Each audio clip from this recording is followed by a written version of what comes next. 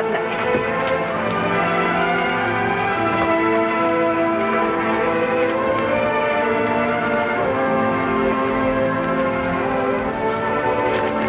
Lily, would you mind repeating that, please? Didn't you hear my answer, Dr. Hardesty? Yes, but I want to make sure that my adjustments are correct. The possibility of isolating protactinum and subjecting it to a bombardment of neutrons brings into the foreseeable future the development of a weapon much more powerful than the hydrogen bomb. Lily, where did you learn that? The only mention of that problem is in my top secret file there in the laboratory. I worked it out. Lily, we're brought here because of certain claims made concerning your mental ability. Are you aware of those claims?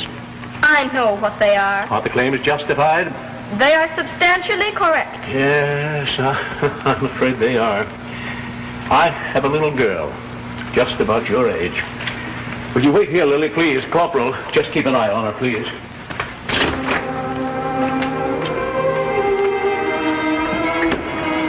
Doctor. Mrs. Massner, you should be very proud of your daughter.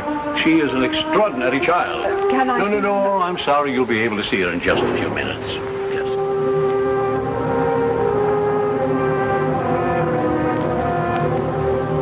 Well, Doctor, is she a fake? She is no fake. That 9-year-old girl has a mentality equal to some of our most brilliant physicists. I questioned her about her background. She could read and write when she was a year old. At 2.5, she was doing quadratic equations, and now she can carry on a conversation concerning mathematical concepts that I have difficulty in following. Well, how do you account for it, Doctor? I can't account for it.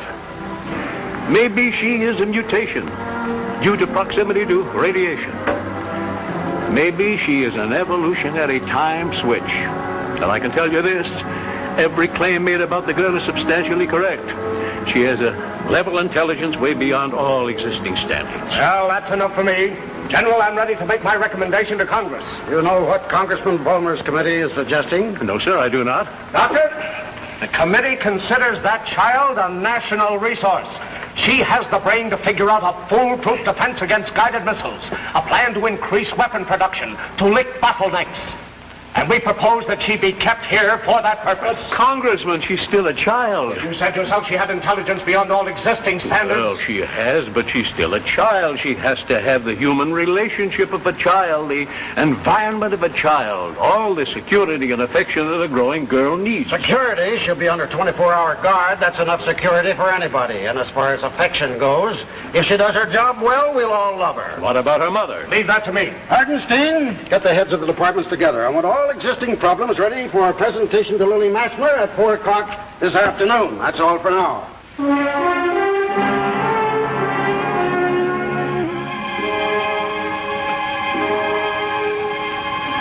I don't understand. Can't she help you in the way that you want without your keeping her here? She's just a little girl. Mrs. Massner, your daughter is not just a little girl.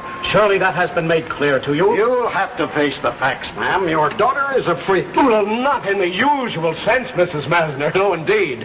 As a matter of fact, you should be extremely proud of Lily. Why, she has the opportunity of doing the national defense, one of the greatest single services ever performed by an individual. May I talk to Lily, please, Mr. Foreman? If she really wants to... Get the kid. General, please... Get the kid. Yes, sir. Lily, will you come in here, please? Lily, do you know what these men want you to do? They want me to stay here and advise them. Do you want to? Wouldn't you rather come home with me? Home to Daddy. Mother, I know you won't understand this, but I'd rather stay here. Lily, listen to me. You are an intelligent girl. You realize that the child of your age still needs her mother. You're not being scientific, Dr. Hardenstein. You're being emotional. Just because you have a daughter of my age, don't let yourself be guilty of false reasoning. It is obvious that I have no further need for my parents, Lily. any more than you have further need for your parents. Well, now we're in business, so you won't regret this, Mrs. Massner. Lily, are you sure? I'm sure. Goodbye, Mother. Mrs. Massner, I'll drive you into town.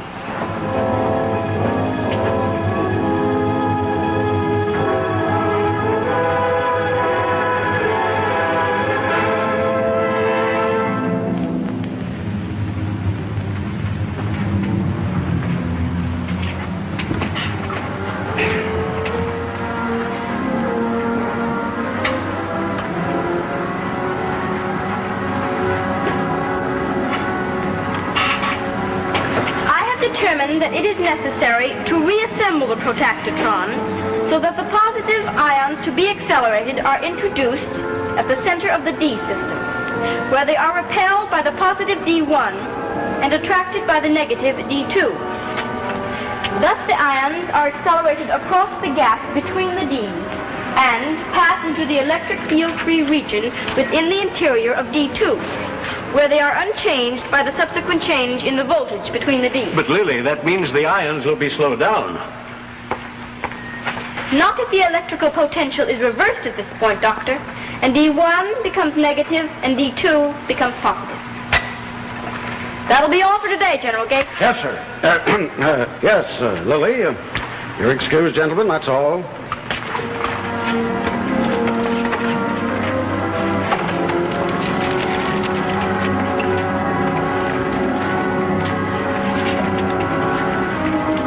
Well, Lily, you're getting there.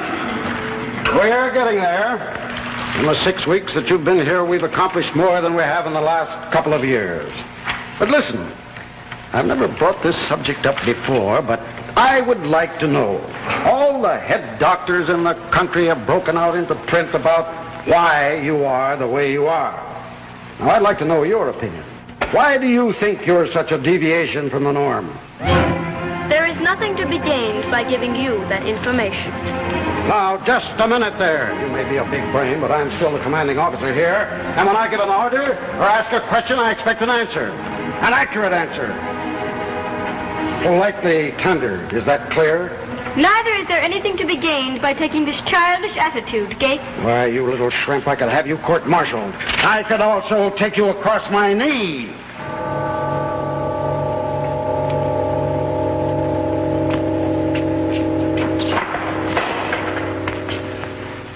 What did you do just then? Nothing. Well, something knocked me over that stool. What did you do? I merely suggested it to you. Suggested it? Precisely. I could have suggested that you jump out the window. It's 12 stories down. But that would have upset the time patterns. The time patterns? Certainly. The patterns by which the future may be calculated. Now, just a minute. Do you mean to say that you can foretell the future? With reasonable accuracy. It's simply a matter of applying the past rhythm to the future rhythm and determining which of the possibilities is the correct one. Never mind that. If you can foretell the future, then you can foresee military attacks, right? Of course. Do you know of any? Any attack on us? I do. Soon? Very soon. Well, in heaven's name, Lily, tell me when. Who? I won't. You won't? No. I will do nothing that will alter these time patterns. This is rank insubordination.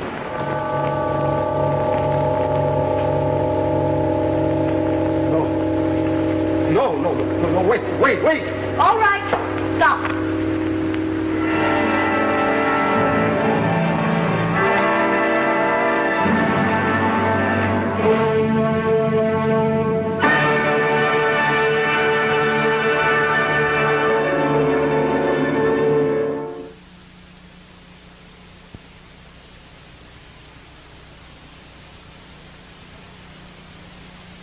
Well, Doctor, do you think she's bluffing or don't you? Can a person foretell the future? Gentlemen, up to now, science has believed the future to be the result of an infinite progression of probabilities, with the added factor of a complete randomness. If Lily has discovered a pattern to that randomness, yes, I think it's logical to believe that she can foretell the future, and I wish she couldn't. What do you mean by that? General, for almost 10 years I've been the head physicist here. My work has been entirely in the field of atomic development. And by atomic development, I mean this bomb, our latest achievement, A-33. Capable of 1,000 times more destruction. We are aware of the power of A-33, Doctor. What has that to do with it? Congressman, I am a scientist. Science is life. I am a student of life. This is death. The only way we scientists can force ourselves to work with death is not to think of the probable results of our work.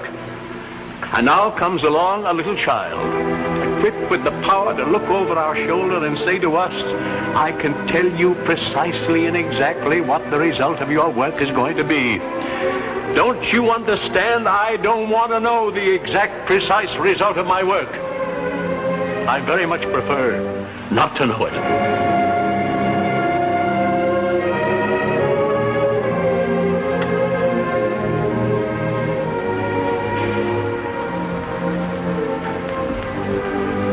Doctor, that girl's got information concerning an imminent attack on this country, and she's holding out on us. What I want to know right now is what she's not telling us. Now, I don't care how you do it, but get in there and find out. That's all, Doctor. Get busy with it. Come on, Bulmer. I got a lot of other things to talk over with you.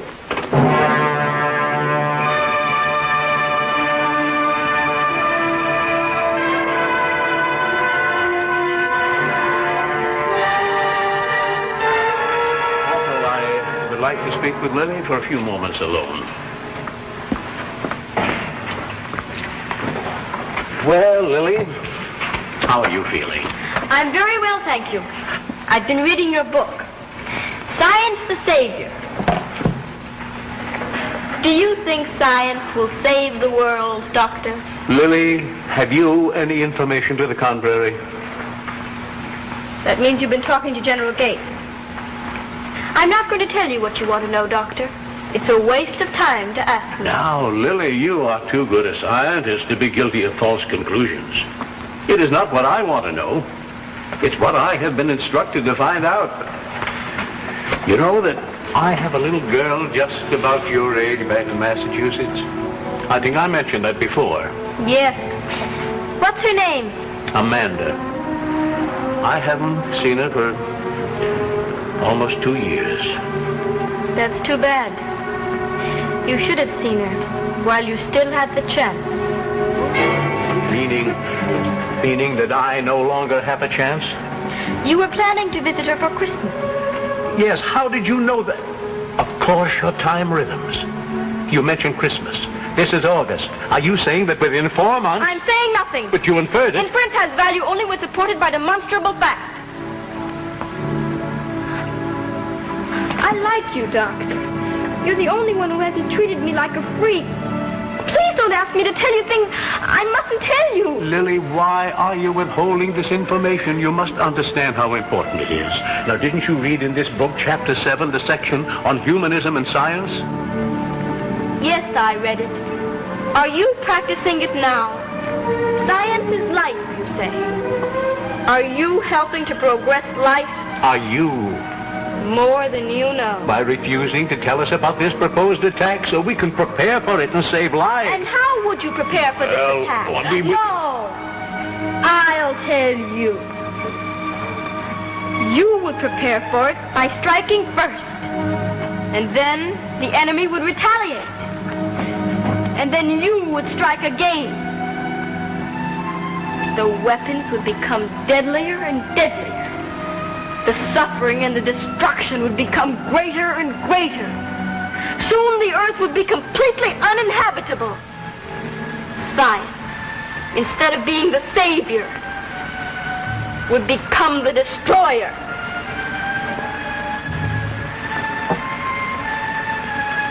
The time pattern I foresee is horrible, but not so horrible as it would be if I told you when and by whom you will be attacked, so that you could strike first. Who are you? Will you tell me that? Where did you come from and what has made you? You made me, Doctor. Science made me. The discovery of how to split the atom and make destructive weapons of a size and power never before contemplated made me. I'm a direct evolutionary product. Like the man who invented the wheel. He was born because he was necessary to the survival of humanity. Are you a necessary product for humanity's survival? I am. The use of atomic energy has made knowledge of the future indispensable to survival. I have that knowledge. I and a few others. There are about 20 of us scattered over the face of the earth. In the destruction that is coming, no more than 150 million people will be left living on the earth. We 20 will be among them. We will survive. And when the fighting and the dying have finished, and when the diseases and the plagues that will follow have finished,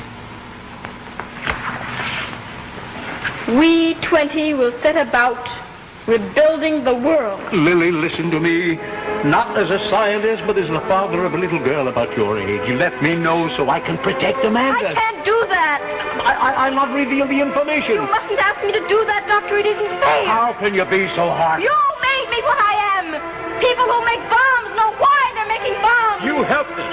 You showed us how to make deadlier bombs. I have increased your ability to destroy yourself. That is all. I have hastened the process, knowing that my effectiveness cannot begin until yours is over. And my daughter. You have sacrificed your daughter. I can tell you only to what extent you've sacrificed her. Tell me, please. Lily, you must. You must tell me.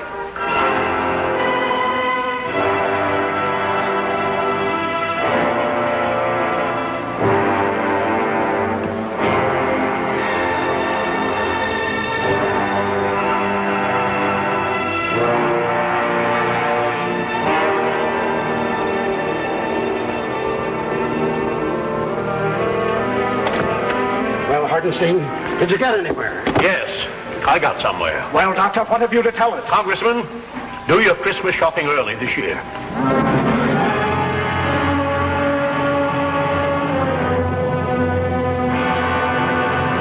Against it. I am dead set against it. To inject Veramine into that child? We're not asking your opinion, Doctor. We're asking facts. Now, this Veramine is supposed to be able to get the truth out of a stone. The question is, will it work with Lily? Yes, it'll work, but the drug is erratic. Might have very dangerous after effects. Might impair her intellect. Hang the after effects. All I want from her is the truth. I agree with the General, Doctor. We must take this risk. I am sorry, sir. I must refuse to give her the injection. You refuse? I do.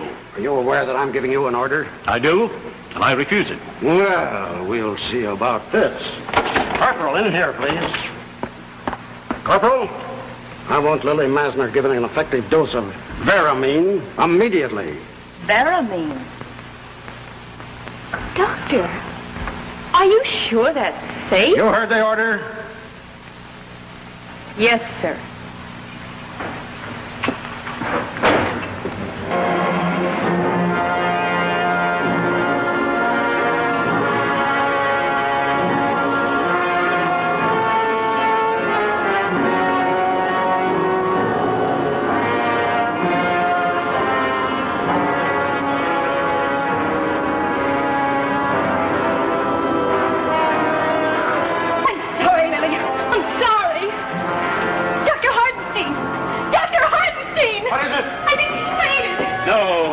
That's the way it acts. Into the laboratory with her, quick!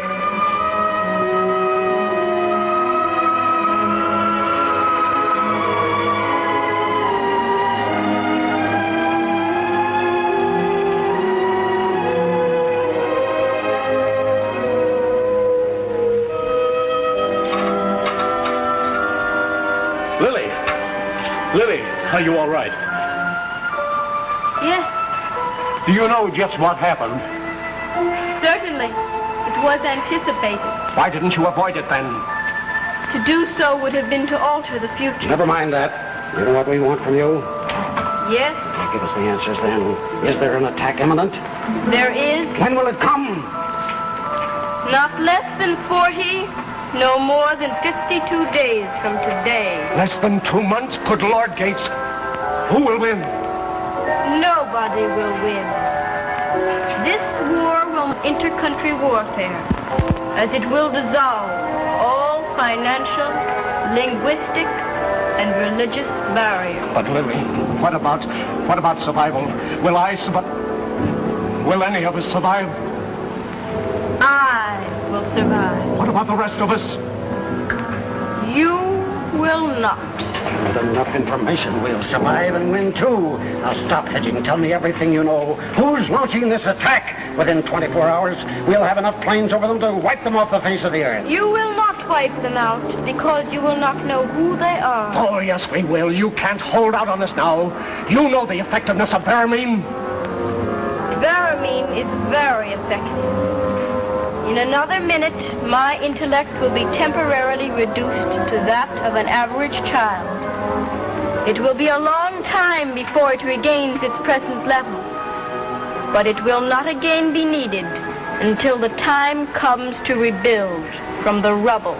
You will make it. Blast you, don't give me that baloney. You can't stall us anymore. Now I want to know who's making that attack or I'll break your neck.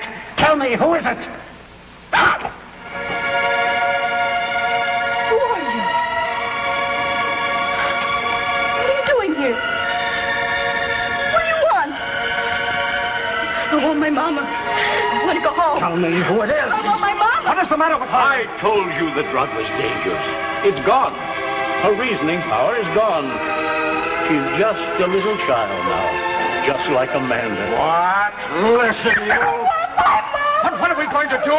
Who can help us now? No one can help us now, Congressman. All we can do is to stand here in a darkened room and watch a little child crying.